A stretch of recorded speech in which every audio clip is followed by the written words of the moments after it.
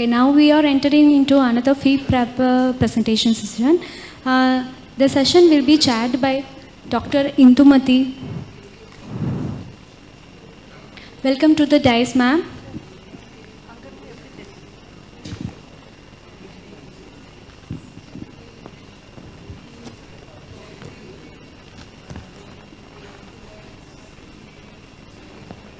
Dr. R. Indumati, TPM from Madras Medical College, DNB from Atma Hospitals, worked as senior resident in the Department of Psychiatry, JIPMER, Pondicherry. She is specialized in prenatal psychiatry. Currently, she is member of IPS Savani.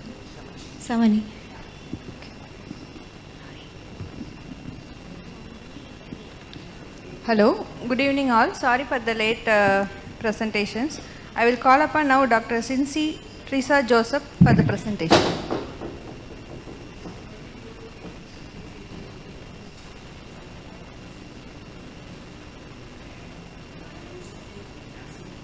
Please stick to your time, it is 5 minutes. Dr. Cincy Teresa, kindly start your presentation.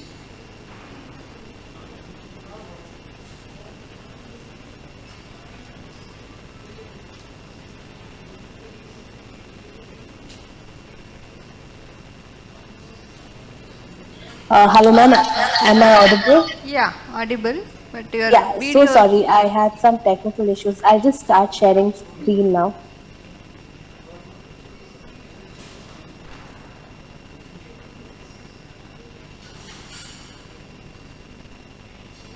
Yeah.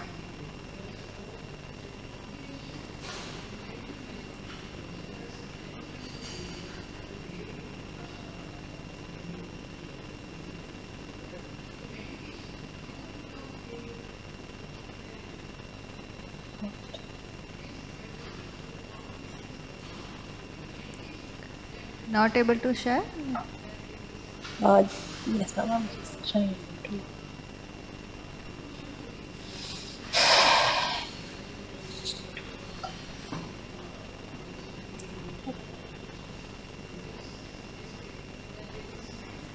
Shall we move on to next person, then by the time you can rectify your thing? Sure ma'am, thanks a lot. Okay. Shall we move on to Dr. Amul Anil? It is the gender identity disorder in a medical student kind of case report. Kindly stick to your time, it is 5 minutes. Amul Anil, are you ready? Yeah.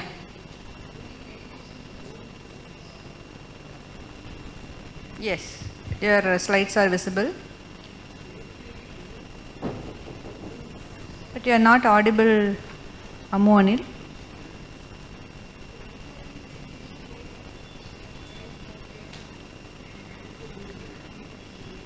Kindly make it a slideshow mode.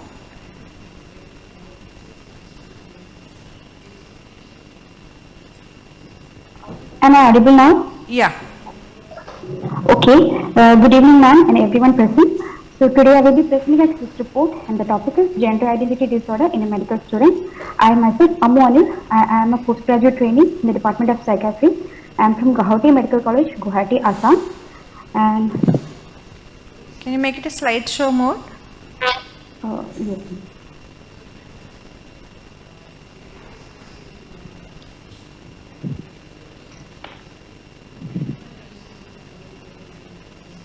Okay.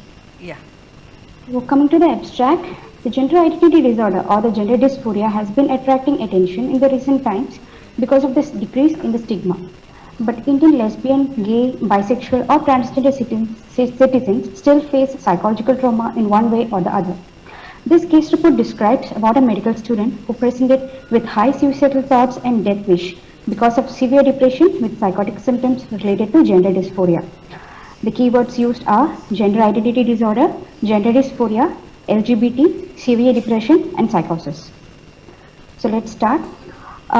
25 years old male, Dr. AKS, came with his father to psychiatry OPD, Guwahati Medical College and Hospital for his first consultation with chief complaints of decreased sleep and appetite, loss of interest in his daily activities, wanting to kill himself and thoughts that others are talking about him, and hearing voices not heard by others.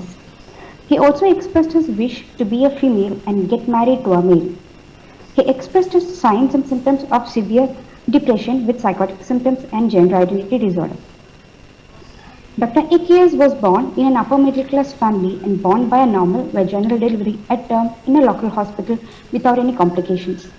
There was no problem in sex assignment after birth. He was the last child of the family. From childhood, he was interested in dance and always wanted to get dressed up like his elder sister. He was warned by his parents many times when he dressed up like girls. He was attracted to his male seniors in school, and at that time he discovered that he had no sexual attraction towards girls when his male friends were busy impressing girls. He had difficulty in using boys' washroom in school, and many times he used to wait to use the girls' washroom when it was unoccupied. Because of this, disciplinary warning was given from school. His feminine character attracted males, and he was sexually harassed also by his school seniors, which mentally made him down. He never shared his problem with his family members as he thought that they will never understand and support him. After schooling, he had to shift from his hometown for his higher studies, that is MBBS in GMCH, that is Guwahati Medical College and Hospital. In hostel, he proposed his male best friend, but the reply was not in his favor. He completed MBBS with good marks, but during his rural posting, he started having the above symptoms. He had difficulty in concentrating in his studies, and though he wanted to discuss about this matter with his parents, he could not. He used to feel that others are talking about him, and he could hear voices of people telling that he is bad and is doing bad during this time. Because of this disturbing voices commenting about him, sorry, 1 minute.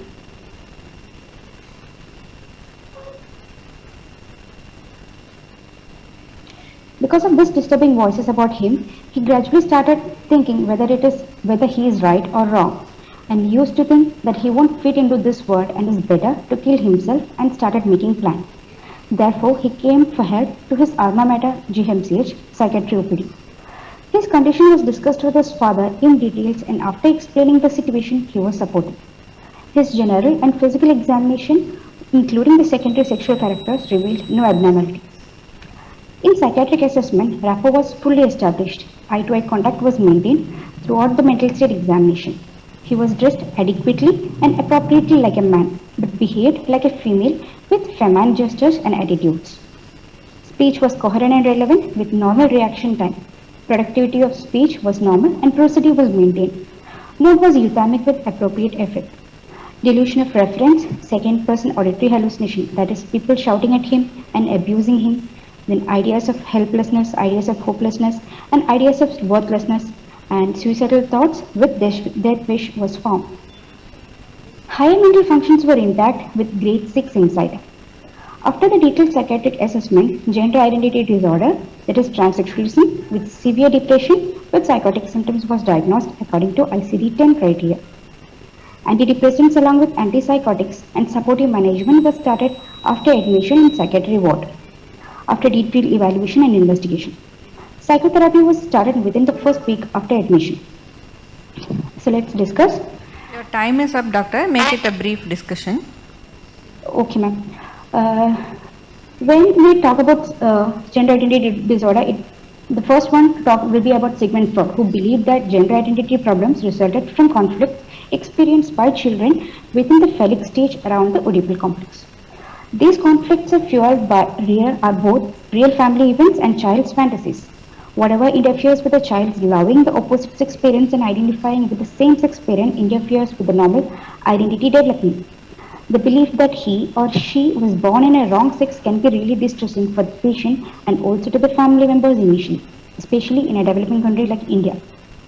This can cause psychological trauma in patients which result in depression and other psychiatric problems like anxiety, substance-taking behaviors, and even psychosis because of constant stress. Diagnosis in this young doctor was based on the inner experience of cross-gender identity. Depression and psychosis was because of his constant stress and environmental factors. Detailed history helped in excluding homosexual orientation, transvestism, and transvestic fetish. Treatment and management of such patients include complete hormonal investigations followed by family therapy and continued pharmacotherapy and counseling. Biological deficits need to be eliminated for better treatment. A multidisciplinary team of psychiatrists, endocrinologists, and surgeon must lead the patient from starting and must weigh all the modern treatment options available, along with the risks and benefits before gender reassignment. With long-term follow-up, pharmacotherapy, and family and social support, patient can have a healthy and happy life in gender he dreamed of having. Thanks, doctor, for the nice presentation. What's your plan if suppose he is asking for a certificate to identify himself as this opposite gender? What will you do? Ma'am? Suppose he wants certificate from you. Yes. What is your procedure, or how will you proceed? Because it's commonly nowadays seen, no?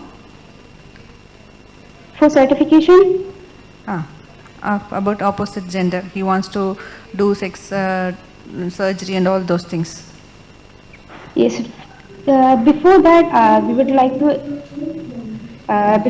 like to see whether it is biological. We can have a hormonal test treatment. Like if his testosterone level is low, we can first treat with his testosterone level when it is corrected.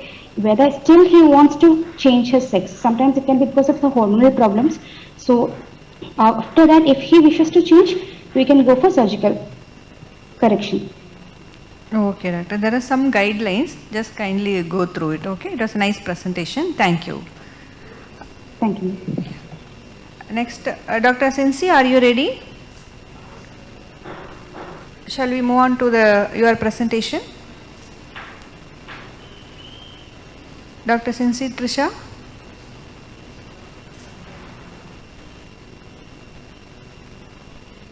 Okay. Yeah. Hello?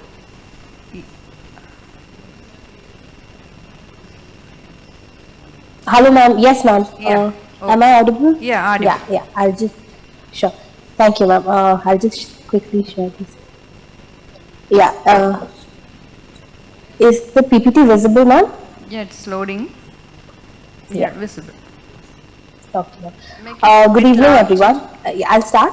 Yeah, can you make it a little bit larger? Are you login from your mobile phone? Yeah, that's why I got delayed, ma'am. My system crashed unexpectedly. Okay, then go ahead. So sorry. Yes, ma'am. Good evening, everyone. My name is Dr. Sinsi Teresa Joseph. I'm a second-year postgraduate resident from the Department of Psychiatry in St. John's. I'm here to present to you a case that we, as a team, that I mentioned here, saw in the last year of during the COVID pandemic. And my title for the case report is "When You Cannot Hear Them."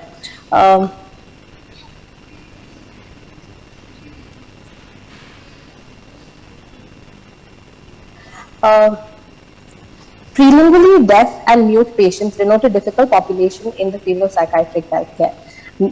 Prevalence among hearing and hearing impaired and hearing population did not vary. However, the differences do exist in conceptualizing the atypical behavior. They perceive hallucinations as subvisual percepts in the form of sign language or lips moving and not exactly an experience of sound. And visual hallucinations are less likely an experience because of their increased sensitivity to visual processing. Additionally, there are a lot of syndromes that have been studied in association with hearing impairment and mental illness, like Usher syndrome, Door syndrome, Wolfram syndrome, to name a few. So, my case is of a 45-year-old widowed female. She was speech and hearing impaired from birth. Along with having no formal education, there was no training in sign language as well. The informant was her son. The interesting aspect in this case is the informant and the only attender that were present was her son, who was also speech and hearing impaired from birth. And there was history of psychosis in third-degree relative. Along with it, the other challenges were they had a poor social support, which highlighted the difficulties in this case. I had taken informed consent from the patient's son with the help of an interpreter. The presenting complaints, as mentioned, include mainly irritability, mumbling to self, poor self-care, unusual behaviors where patient would suddenly get up from where she was sitting and start screaming and pointing fingers aimlessly as though she was making gestures, talking to somebody, and significant biosociooccupational dysfunction. An interesting point to note here is this: some symptoms have been going on for the last 20 years, and most of the family on history thought this was normal behavior because they were not able to interpret what she was doing. We were unable to do a general, normal, regular MSc on her. We resorted to the Kirby's method. Before that, her general physical examination was within normal. She just had bilateral immature cataract. On Kirby's method of MSc, there was psychomotor agitation. Patient would suddenly start screaming in the middle of the interview. Her affect was irritable. Hand gestures, as interpreted by the son, with the help of an interpreter, suggested ideas of reference and persecution. And there were moments where the patient would just get up from her chair and start making noises like she was responding to somebody, which was suggestive of a hallucinatory behavior. With all this history in mind, as well as a thorough ward observation for the next few days, we made a diagnosis of an unspecified non-organic psychosis and started the patient on haloperidol. She was maintained later on haloperidol depot, mainly due to the poor social support, and there was no supervision of medications while discharged. Unfortunately, there was marked improvement over the next 2 to 3 weeks, mainly in terms of her reactivity of her affect, her non-verbal interaction, as well as even eye-to-eye contact. The biggest, definitely the challenges, like I mentioned, was a low socioeconomic background, no formal education, and the biggest challenge in this case we had was that the caregiver and the hospital attender was also hearing and speech impaired. So initially we did need an interpreter to tell us to translate it to us, but it only made things confusing. So later we limited to words and writing with the son, or that he could read. There was no special modified interview techniques that were there that we tried to look for, and also there was no guideline specifically explaining behavioral equivalence of a delusional behavior or a hallucinational behavior from someone who was speech and hearing impaired. We also ruled out intellectual disability mainly through history from the family. Despite this,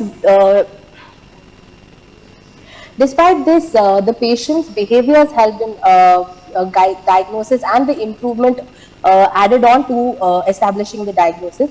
And we also, as a team, attempted at using visual aids initially when the patient was unable to express through words or emotions. Overall, deaf and mute patients have been chronically understudied and have not been well thought out in the structure of many hospitals. Mainly, the patients have limited resources when it comes to healthcare, as well as we as mental professionals have limited knowledge in the field of deafness. Therefore, the main reason I brought this case up was so that some awareness we can create about the opportunities, about the challenges, any amendments or guidelines that can be made necessary to help patients who are speech and hearing impaired. These are my references, ma'am. Thank you, doctor. Definitely, it's very sad to suffer such a long period of time, no? So, from extra effort from our side, will help these kind of people. Thank you for your presentation, doctor. Thank you, ma'am. Okay. Thanks a lot. Next, we'll move on to Dr. Vidhi Modi, comparison of quality of life between patients of schizophrenia and depressive disorder. Doctor, can you start your presentation? It's 5 minutes.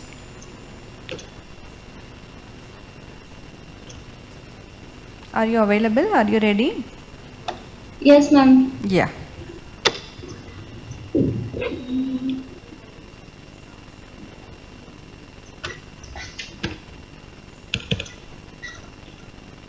Is it visible? Yes. Yes, doctor. Make it Good evening, everyone. slideshow. You can keep your video also on, doctor. Yes, ma'am.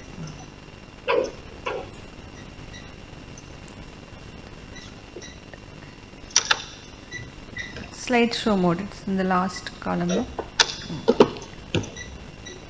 Yes.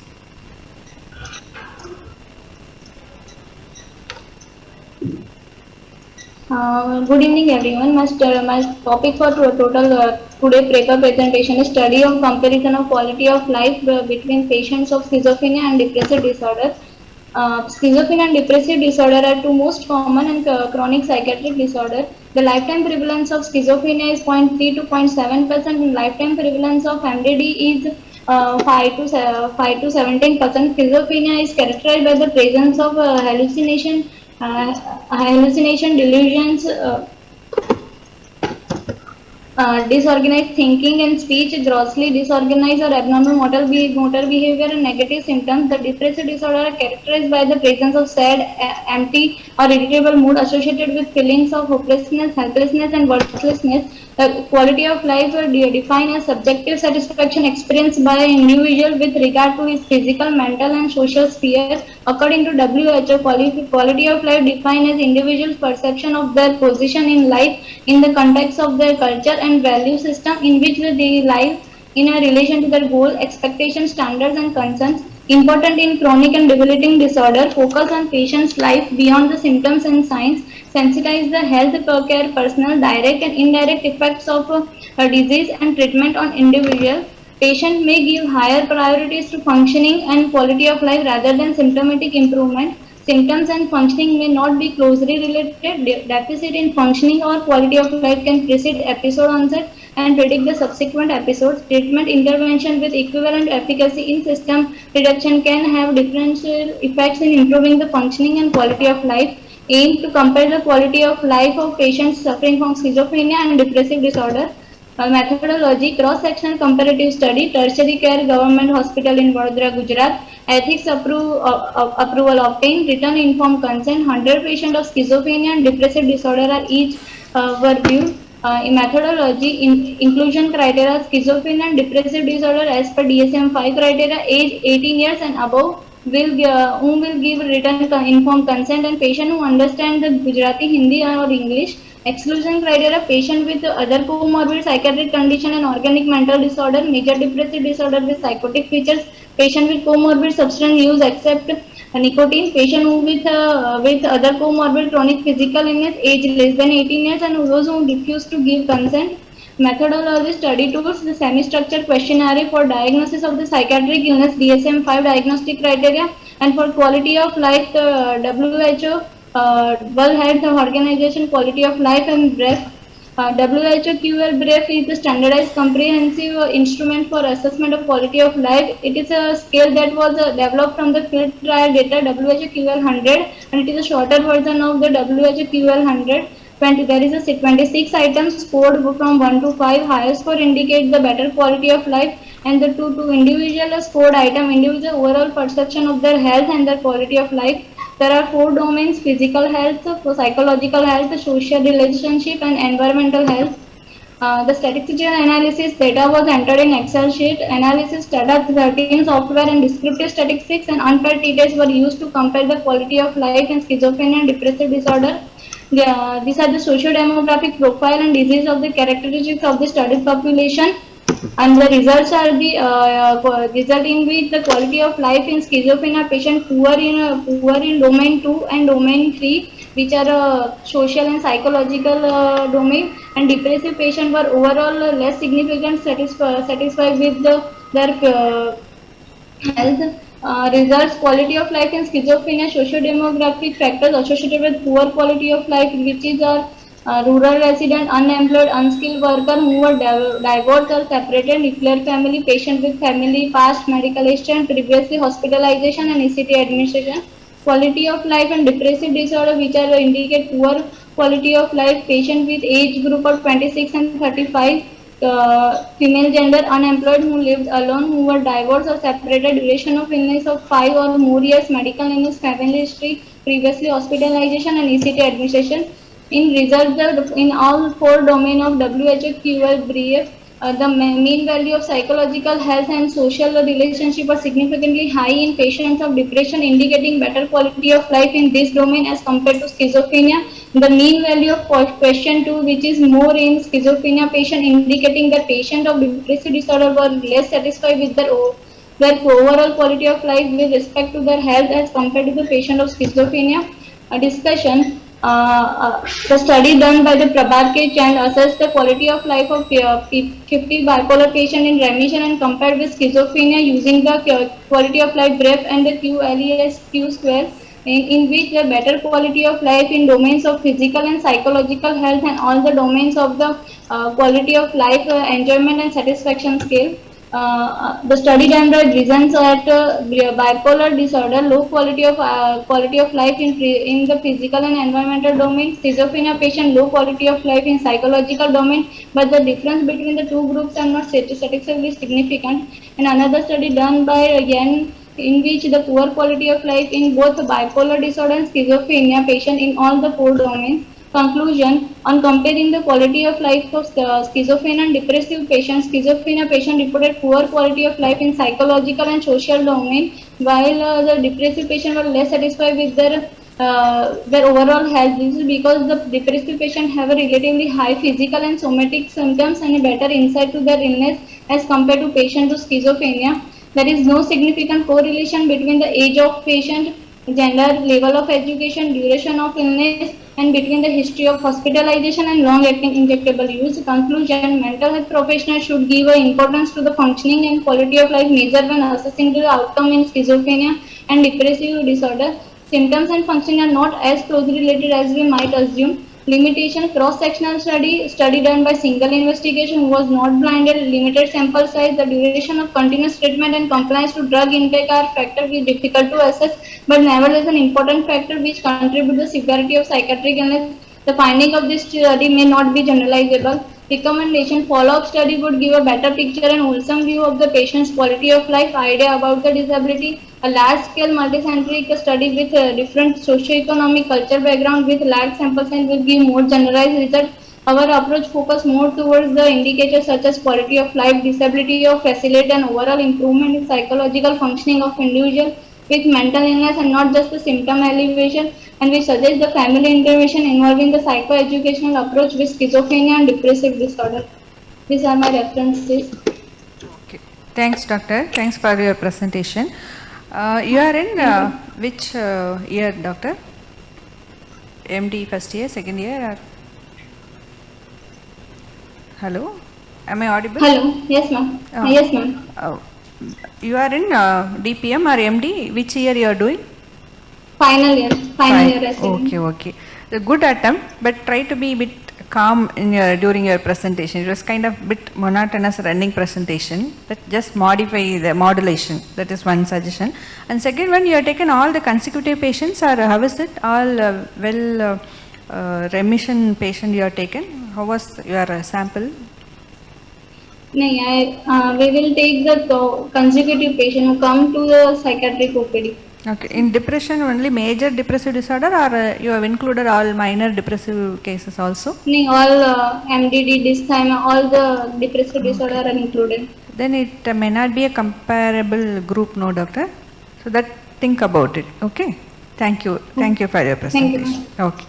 Next, we'll move on to Dr. Darij. Fear of cancer recurrence and its predictor among breast cancer survivors.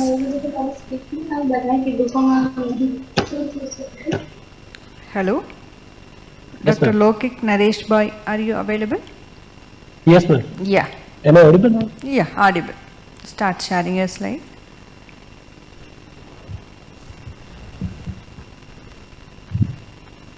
Good evening, everyone. Myself, Dr. Lokik Darji, third year resident doctor from Baroda Medical College.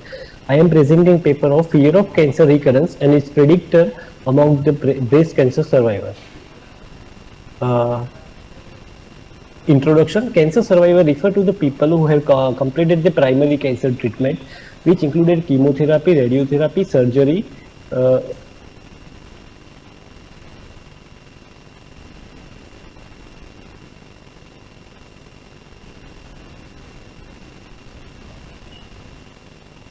surgery, targeted therapy, biological therapy, or combination of these, and people using ongoing therapy to manage the cancer or control the symptoms. Fear of cancer recurrence is subjective distress involving the fear related to the cancer itself, to recurrence and metastasis, to follow-up care and periodic examination, to rely on the other for the activity of daily living, as well as to worry about the future life, disability or death.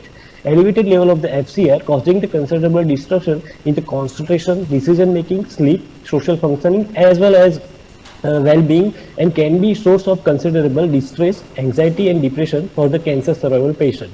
Factor influence the FCR including the physical symptoms, treatment type, low optimism, family stressor. Most cancer survivors experience fear of cancer recurrence of the modest intensity with a little change over time.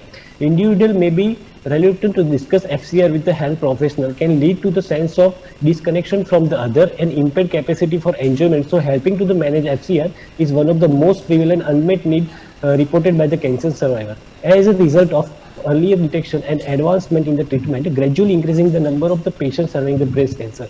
Therefore, the care should be not focused solely on immediate effect of the treatment, but also on effective functioning and subjective well-being. Hence, there is a need of provide education, information and support over time. Aims and following are the aims and objectives to measure the fear of cancer recurrence among the breast cancer survivor, to determine the predictor of the FCR, to determine the association between FCR and socio-demographic characteristics and treatment-related characteristics, to determine the association between the FCR and anxiety and depression among breast cancer survivor patient. It is observational cross-section study done in the SSG Hospital, Baroda, and permission taken from Ethical Committee of SSG Hospital, Baroda. Following are the inclusion criteria, patient of age between 18 to 70 years, breast cancer survivor of stage 1A to 3C with completion of primary treatment for at least 3 months prior to the enrollment in the study and who gave the written informed consent. Exclusion criteria, those who refuse to give consent, those who were less than 18 years of age, history of prior psychiatric illness, current use of psychotropic medication, or suffering from any psychiatric disorder or developmental retardation. Patient who had developed cancer recurrence or distant metastasis. Study 2. I used the short version of fear of progression questionnaire FOPQSF for the fear of cancer, measure the fear of cancer recurrence. It is 12 items short from of original 43 items questionnaire, valid and reliable instrument, scored on the 5-point Likert scale. Higher score indicate the higher FCR.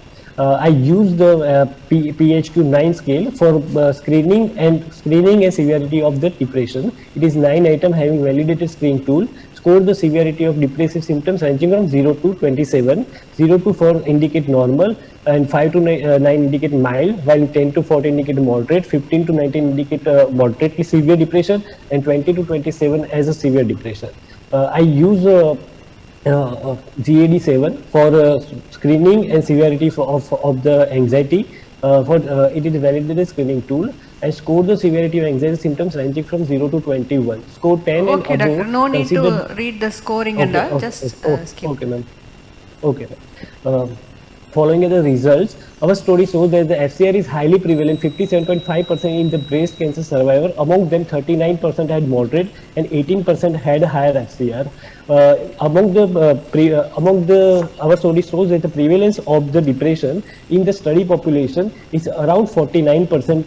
Among that, 22.87% has mild depression, while 12.77% has moderate depression, 9% has moderately severe depression, while 4% has severely depressed.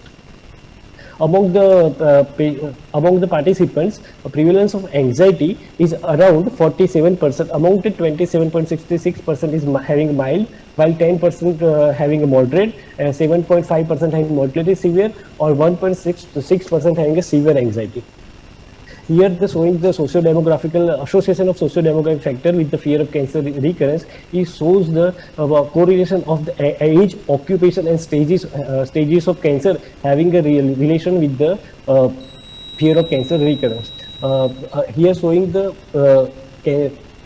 association between the fear of cancer recurrence and depression and anxiety among the study participants, showing that the patient having the depression and anxiety having a higher chances of the fear of the cancer recurrence.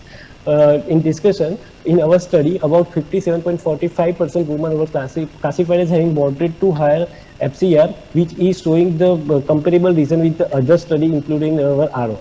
Conclusion, our study showed that the FCR is highly prevalent in breast cancer survivors and which affect the quality of life and well-being too.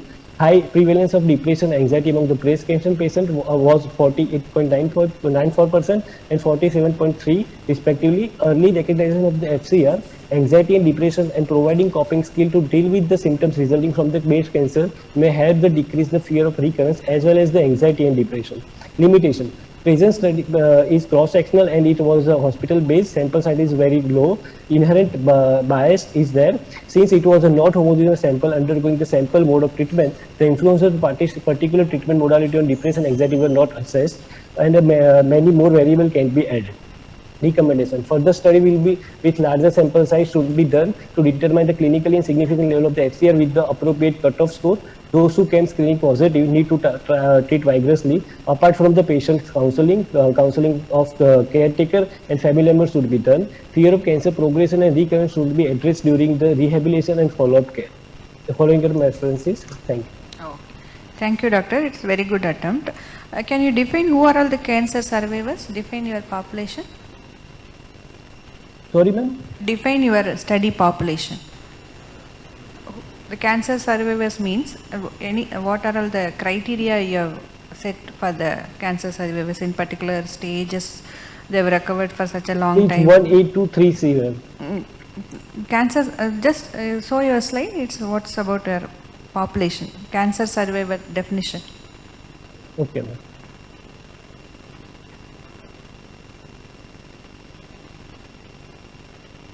You have mentioned? Yes, ma'am. Yeah. Yes.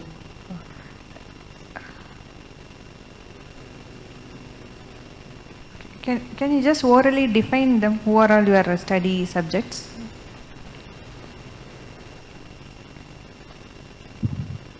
After the treatment, how long you mean to say they are survived from cancer? Something like that. I want to know. When people who are completed the primary cancer treatment. After how many Which is- days or months you have enrolled them into No, the- no, ma'am. No, ma'am. Okay. After completion of the primary cancer treatment. Okay. You have not separated them into duration wise. No, ma'am. No. Okay. So there are a lot of limitations as you mentioned. So it can be broadened. Okay. The scope of the study. Okay. Okay, doctor. Okay. Thank you. Thank you very much. Thank you. Next we'll move on to Dr. Sangeeta Vincent. It's a cross-sectional study on internalized stigma and its relationship with self-esteem. Yeah.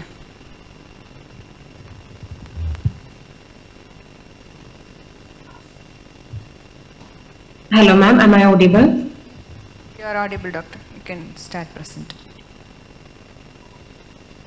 You can keep your video on, all the presenters.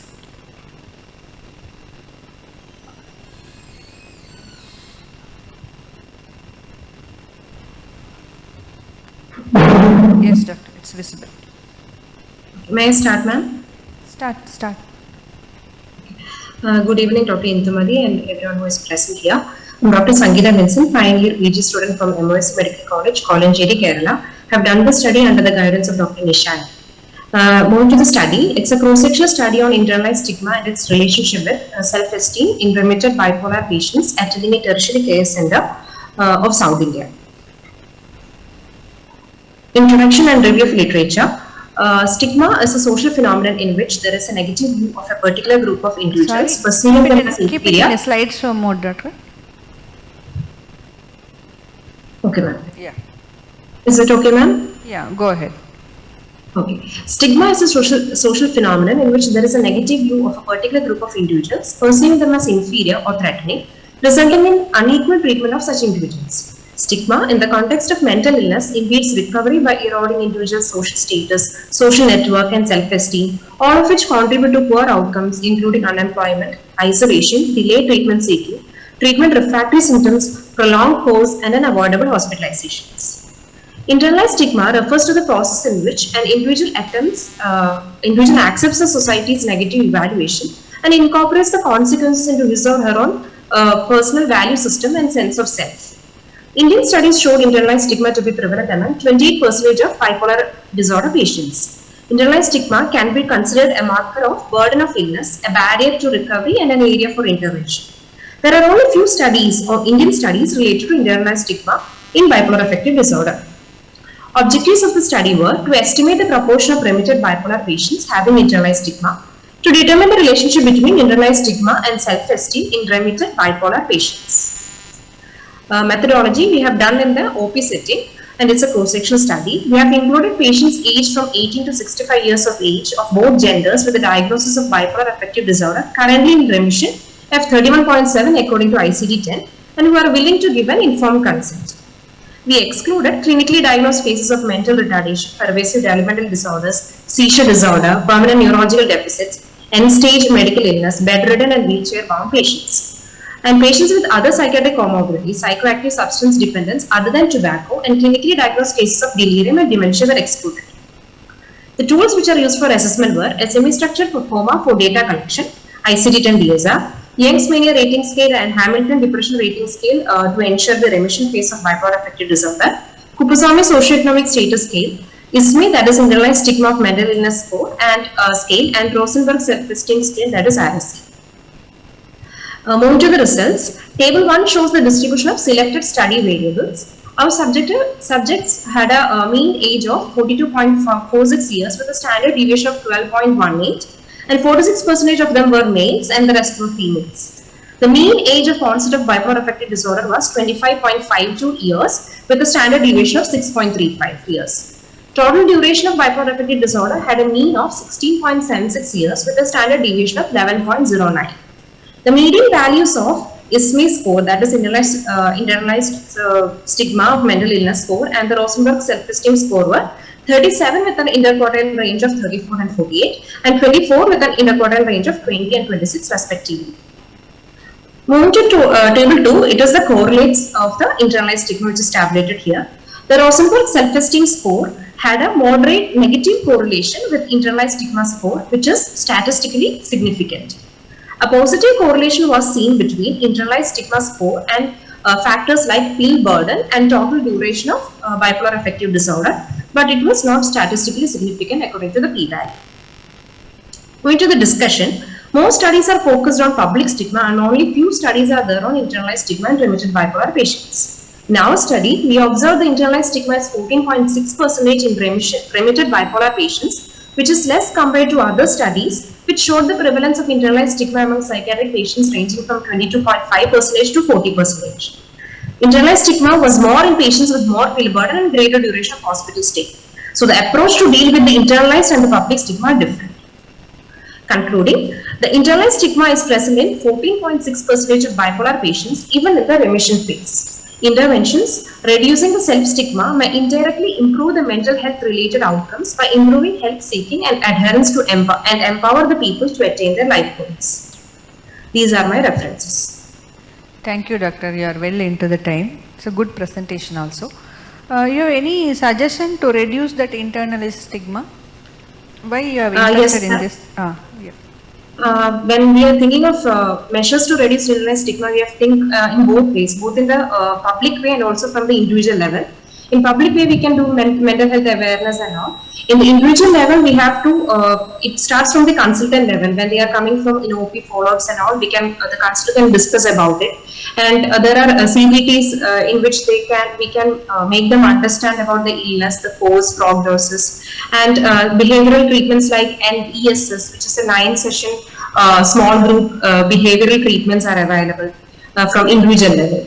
And in public level, we should be thinking about the mental health awareness program, because the public is from where the internalized stigma is arising. The root level is how we deal with the public stigma. Okay. Oh, thank you, Doctor. Thank you for the presentation.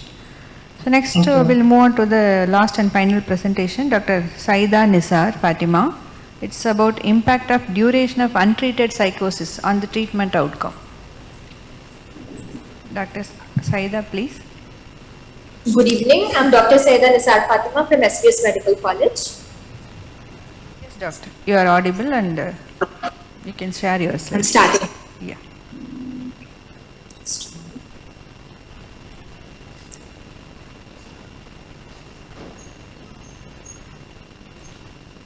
Is my screen visible? Yeah, screen is visible, but slides are not yet ready. Yes, just a moment. Slow.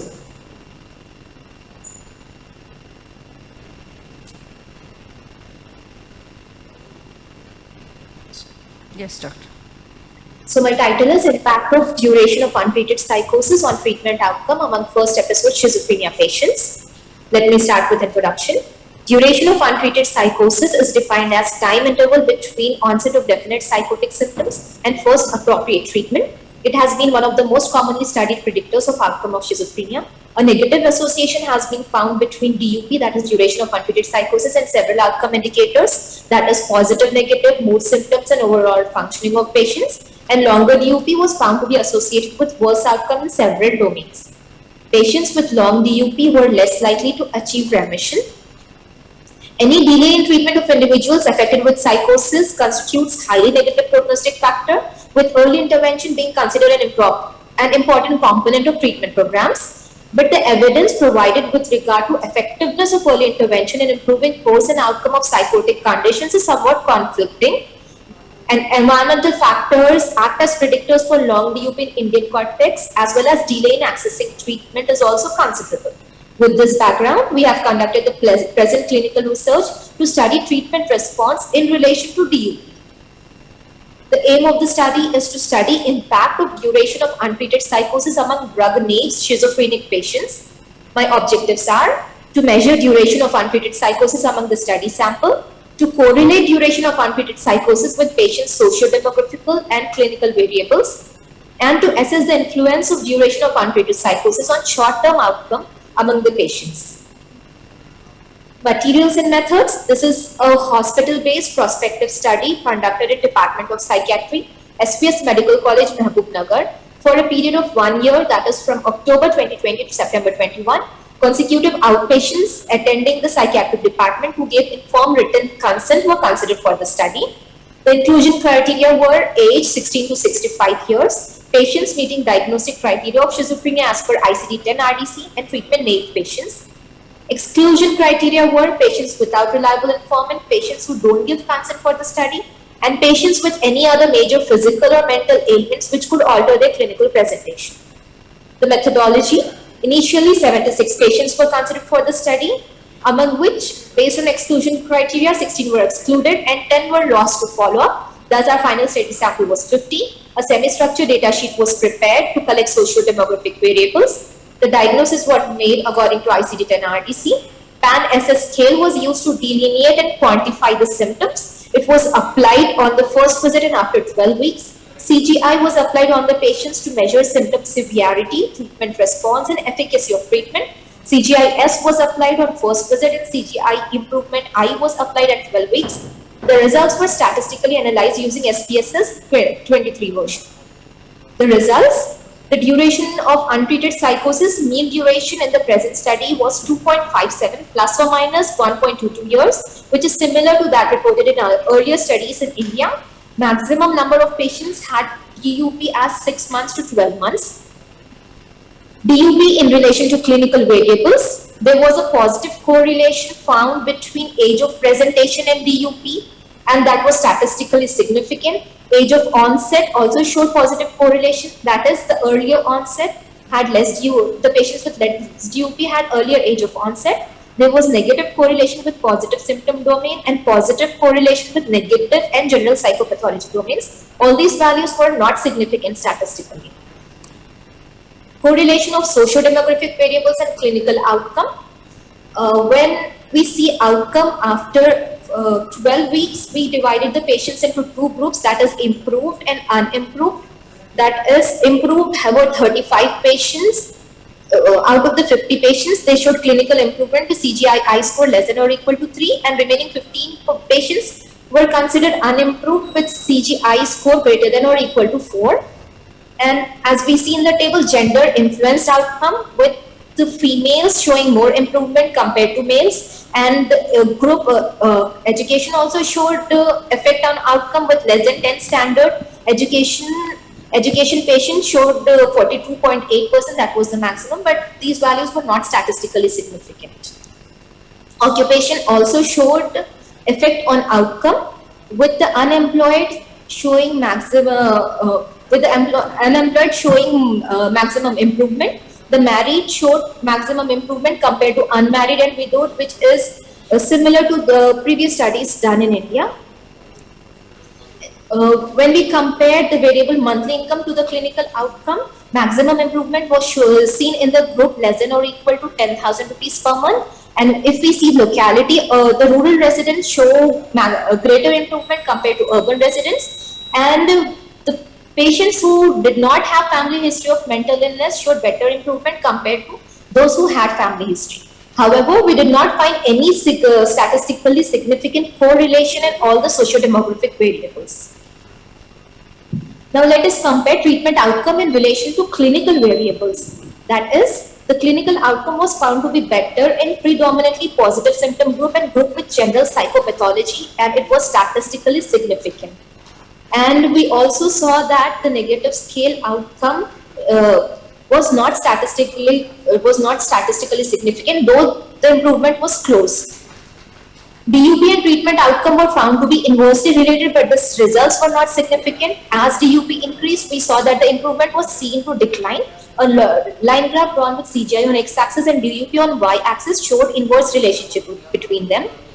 My conclusions are: the mean duration of untreated psychosis of the sample was 2.57 plus or minus 1.22 years, and 26% patients had DUP greater than 1 year. Longer duration of DUP was associated with increased age at presentation and higher baseline psychopathology.